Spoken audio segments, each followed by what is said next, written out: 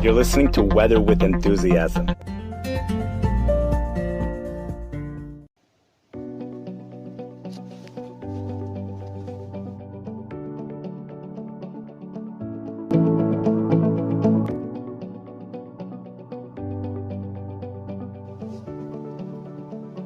Good evening. It is Tuesday, March 26th. You're listening to Weather with Enthusiasm. We have some totally amazing stuff going on in this country right now. You go up to the northern Arctic coast, you'll see blizzard warnings along with some winter weather advisories, blowing snow, reducing visibility to less than 1/4 mile. But the most phenomenal stuff in this country was a Colorado Low that got cut off from the jet stream. Many times the computer models are not able to accurately forecast whether a Colorado Low will get cut off from the jet stream or not.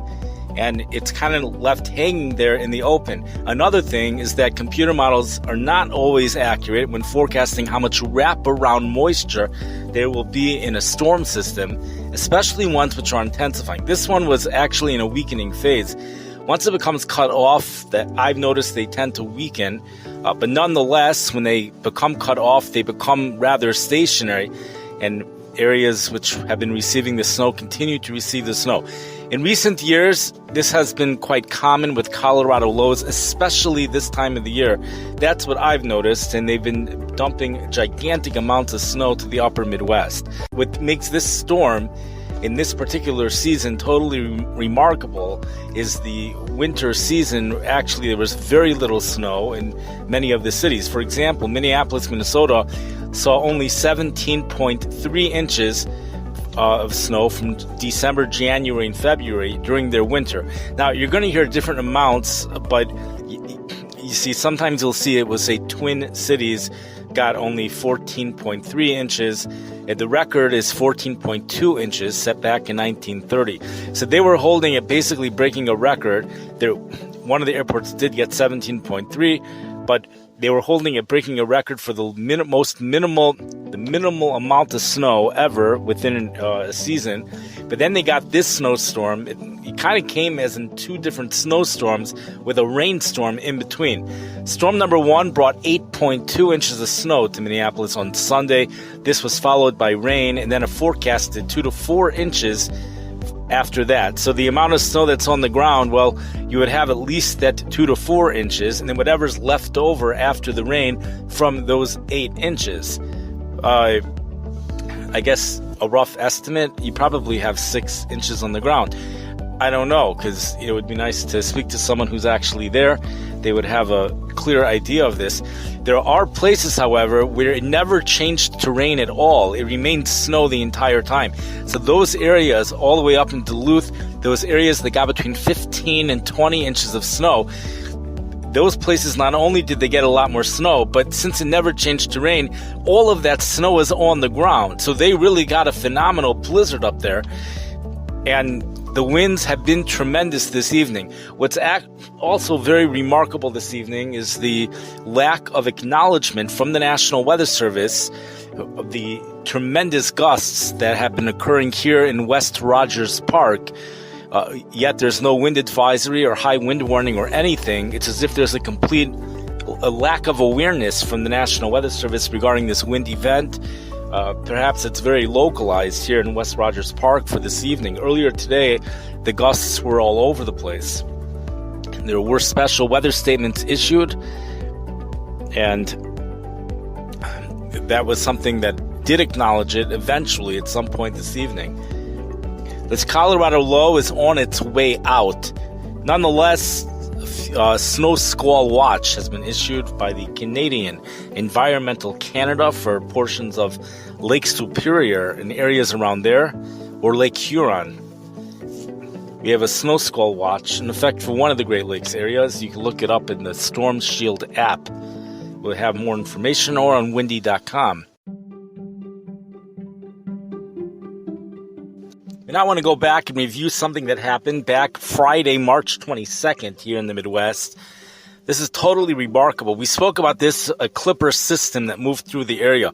It was being referred to as an Alberta clipper. It originated from the southwest portions of Canada. And these are generally moisture-starved systems which produce minimal snowfall. The Chicago weather certainly reflected this, as we got about an inch of snow. It melted later on Friday as temperatures rose above freezing. However, what is remarkable about this clipper is that in the northern parts of Illinois, amounts of 9 inches of snow were reported. There was a narrow corridor, tells us the National Weather Service, of 6 to 9 inches of snow that was reported in the northern portions of Illinois. So, like Rockford, downtown Rockford got, I think it was 8 inches, something like that. And then a record in Rockford Airport, 5.6 inches for March 22nd. All of the snow fell on March 22nd. Nothing fell March 21st. 1 inch of snow was reported at both Midway and O'Hare Airport, which would be typical for a clipper. But that area of 6 to 9 inches is not really typical. A regular storm system, which has Gulf moisture, would have produced, let's say, 6 to 9 inches, but it would have been more widespread. This was a very narrow corridor, which set itself up right where the frontogenesis of the warm front was occurring on Friday. The Washington Post reports there will be 2 more storms this week, which will be producing chances for snow again in the Minneapolis area Friday, and then again later in the weekend. So they are getting a heavy dose of winter over there. It's certainly not the same as getting a dose of winter in January when you look at the temperatures. But when you look at the snowfall, you never know. March snows are known for being quite intense, and they're known for being wet. And that's another thing which makes Friday's snow a little bit remarkable, is that it was 6 to 9 inches of a wet snow. Severe thunderstorms and even dust storms were reported in Amarillo, Texas over the weekend. The imagery is just totally amazing. Temperatures dropping into the 30s for Amarillo, Texas overnight tonight, but warm by Friday with highs going into the 80s. Rio Grande Village, Texas, highs in the mid and upper 90s with a few spots reaching 100 degrees this Friday afternoon. Very hot weather headed into the Texas area, but for tonight in Rio Grande Village, lows in the 40s. We have freeze warnings in effect for portions of the central part of the country, along with frost advisories for parts of the south central states. Heavy surf conditions along the beaches of Florida, along with lots of thunderstorm development, caused some beaches to close in Florida today.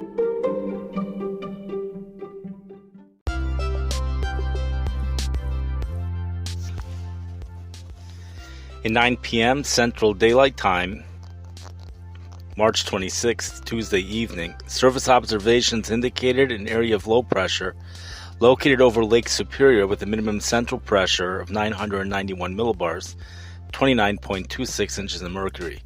An occluded front extended southeast from the low to a triple point over western Lake Huron. From the triple point, a cold front extended southwest across the Ohio and Tennessee valleys to the lower Mississippi River Valley, and a warm front extended southeast to the mid-Atlantic region. A secondary cold front has developed on the backside of the system and was moving across the Midwest, and a warm front remained draped over the northern side of the system in southern Canada.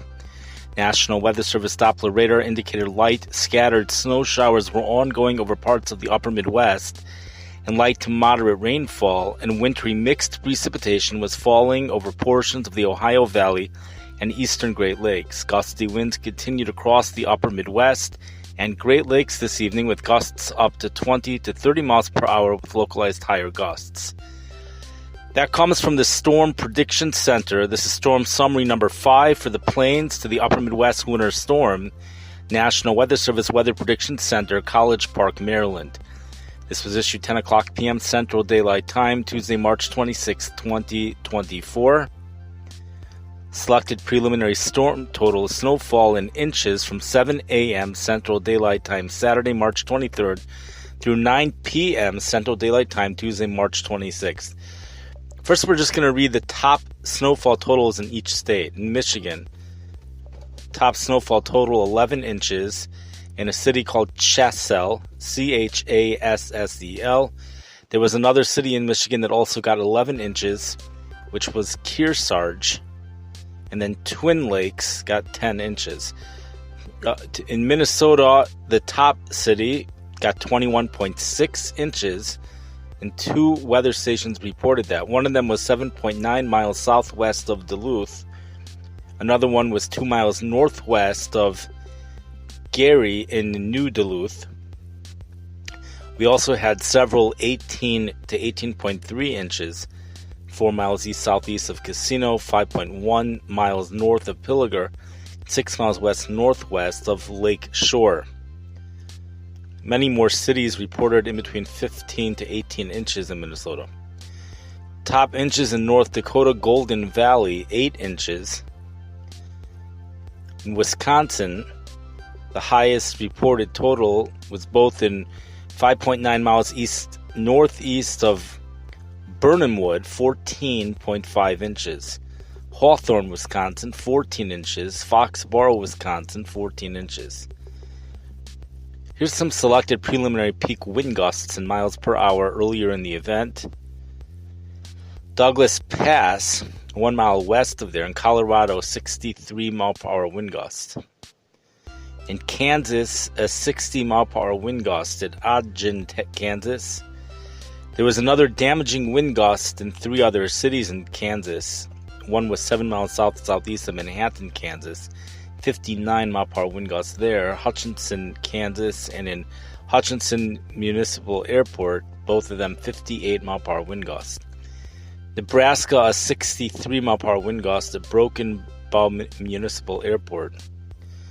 Oklahoma, peak wind gusts 55 miles per hour at Clinton Sherman Airport and Gage Airport. Texas, this is totally amazing. 8 miles southwest of Sundown, a 77 mile per hour wind gust.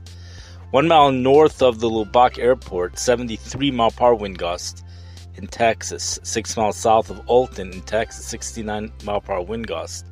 Sudan, Texas, 68. Lakeview, 67. Cleveland, 67. And McLean, 67 mile per hour wind gust. Lubbock, Texas, 66 mile per hour wind gusts, and Plainview, Texas, 1 mile southeast of Plainview, Texas, 64 mile per hour wind gusts. Here's some selected preliminary storm total snowfall in inches where the event has already ended. In Colorado, the top amount was at Fort Garland, 13.3 miles east of Fort Garland, where 20.2 inches of snow fell. In Iowa, top amount was in Marion, Marion, 6.2 inches. Cedar Rapids, Mount Auburn, and Shellsburg all reported 6 inches. In Coralville, reported 5.8 inches. In Kansas, top amount 8 inches. Densmore, Kansas. To Montana, Hungry Horse and Whitelash, Montana, reported 11 inches. Top amount in Nebraska, 16 inches in Arnold, Nebraska. Top amount in South Dakota, 12 inches at Dupree, South Dakota. Top amount in Wyoming was Cody, 8 inches, 2.4 miles west-southwest of Cody.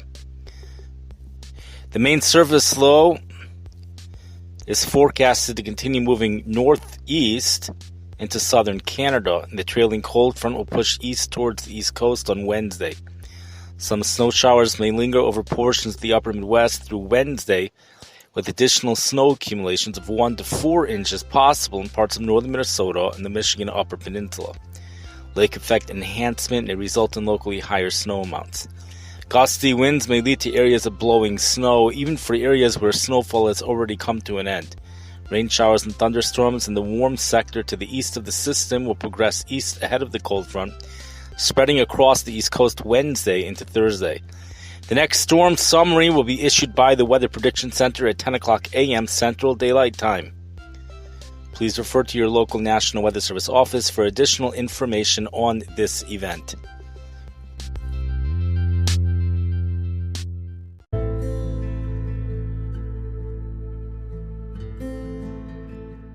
We had a monster snowstorm that hit the New England area this past weekend, producing 30 inches of snow in some locations. Major ice storm took place in Maine, with plenty of power outages over there as the freezing rain continues to fall. In fact, Environmental Canada continues to have freezing rain warnings in effect for the adjacent portions of Canada, which are adjacent to the state of Maine. If you look at the world, you'll see there's a portion of Mexico that's incredibly hot. But when you look into northern Mexico, you'll see there was some, whatever the service is, they issued a cold front warning in effect for the northern portions of Mexico as temperatures drop below freezing over there. Temperatures dropping into the lower 30s in that area, says the European computer model. But there is a cold front warning, and it's issued by an interesting agency. It doesn't have the word meteorologist, at least in that agency. At least the English translation doesn't.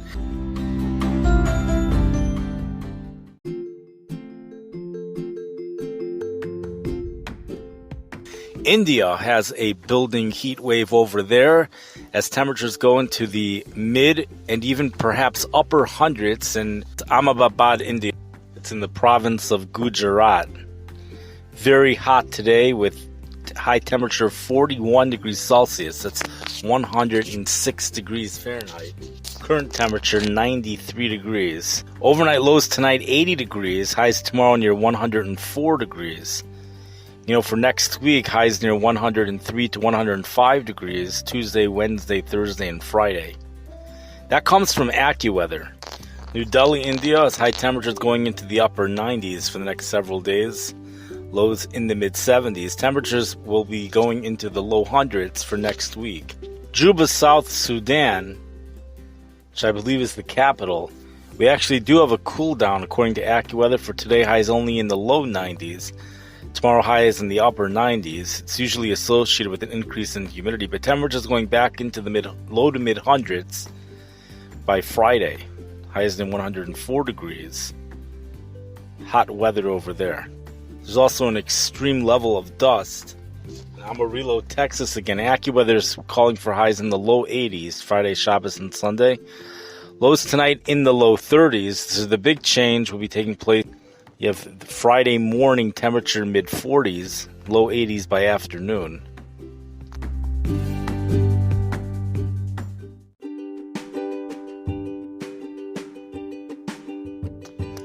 Temperatures in Ein Gedi in Eretz Yisrael in Israel, Southern District. Average high this time of year is 74 degrees, average low 56 degrees. High temperature last year, March 31st. This is from March 31st. Last year's high 64 degrees, low 53 degrees. Again, the normal high 74. Forecast high this year, March 31st, this upcoming Sunday, 90 degrees. That comes from AccuWeather with an ultraviolet index of an 8. This will actually be the first heat wave over there. There is another possibility I should point out, and the other possibility is a pattern that I have seen with the AccuWeather, the way they do things, is that the normal highs are actually not for the city that is being forecasted, but for a close-by city. And perhaps that's why we're seeing high temperatures so low for most of this month. But one with a city like Ein Gedi should have, one would think they do have professional weather equipment, and that would not be the case over there. So we have, again, we said the normal high for that city is 74 degrees this time of the year. Forecast high for today, 10 degrees above normal, 83 degrees. Tomorrow, upper 80s. Friday and Saturday, mid 80s, but going into the low 90s for most of next week, Sunday through Thursday. And what one also has to realize is that there is humidity in the city. Not always.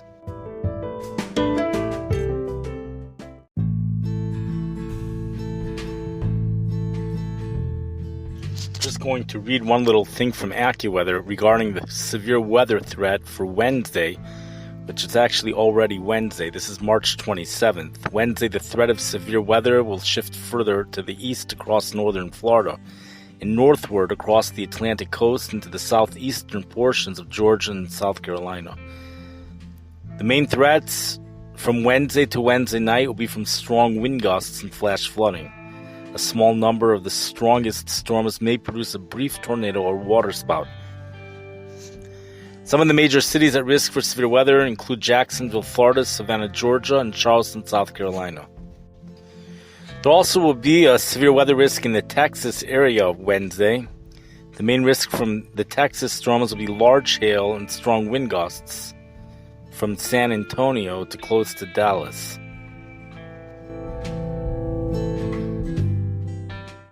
As the Colorodo Low heads on out of here for today, really, west winds blowing in behind the front today, Wednesday, March 27th, will produce clearing skies by the afternoon, becoming mostly sunny. Temperatures in the mid-40s. We're going to remain under west to southwest winds even Wednesday night. Winds are not off the lake, but overnight lows in the upper 20s. West winds continue for Thursday. Temperatures warm into the low 50s. Winds diminish at sunset. A lake wind develops on Friday, with temperatures in the low 50s, but colder near the lake. Then a heavy rain event for Friday night. A front will be draped across the Chicago area over Shabbos with cold air to the north and warm air to the south. Forecasters believe temperatures will be making it up to about 60 degrees at O'Hare Airport, but these types of weather synoptic setups are very difficult to forecast in the Chicago region due to the lake. In any case, southwest winds earlier in the day will be becoming northwest at some point. Winds becoming north by Saturday night. Winds off the lake for Sunday, highs in the mid-40s, colder near the lake. Winds off the lake for Monday with rain. Tuesday rain, possibly mixed with snow or becoming snow. High temperatures mid-40s, winds from the northwest 10 to 20 miles an hour. We continue under northwest winds for Wednesday next week as well. Temperatures in the mid and upper 40s. The most difficult weather to forecast is when you have winds off the lake with sunny and warm conditions inland. That brings this to an end, I believe, and thank you for listening. Have a wonderful day, a great week, and stay safe, especially if you're in the upper Midwest or along the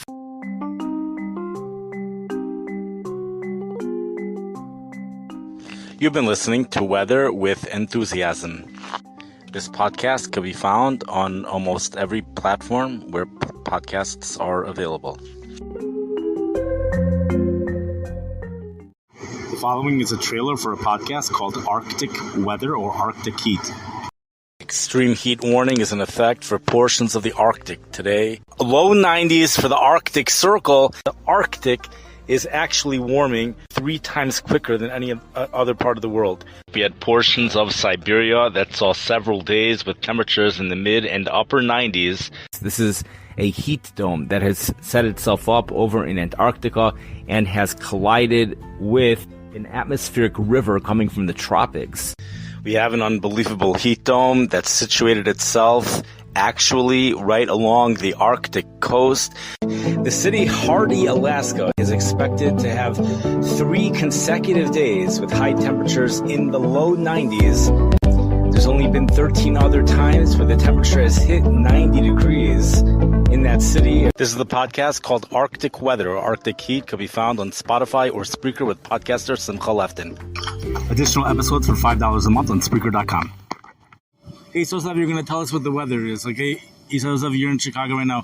Do you think it's warm out?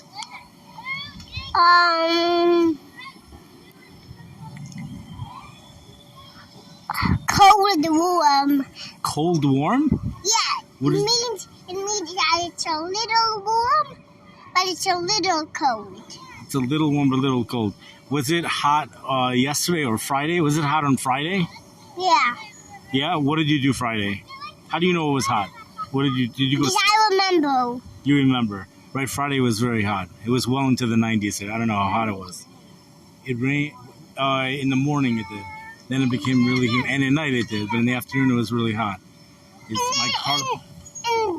the night it was pouring, right? Right, pouring in Camo, right. And the winds, it was unbelievable. The thunder and lightning. We have 2 things going on. We have evaporative cooling and we also have dynamic cooling, and the 2 are coming together to produce a major snowstorm in the deep south. The only time you could blame cold air on climate change is when it's a result of the stratosphere warming. which is what causes all the Arctic air to come down south. The way to get a 6-inch snowstorm here in the Midwest and in the southern plains has always been you need 3 ingredients. It's hard to believe the numbers that are being forecasted. Several additional feet of snow is expected by Monday morning. Yes! Hey, we have a special guest on our show. What is your name? Katabis. 27.1 barometric pressure. Feet of snow are falling in Japan. Oh my God. That's a time of celebration. Just Google weather with enthusiasm and they're all going to come up.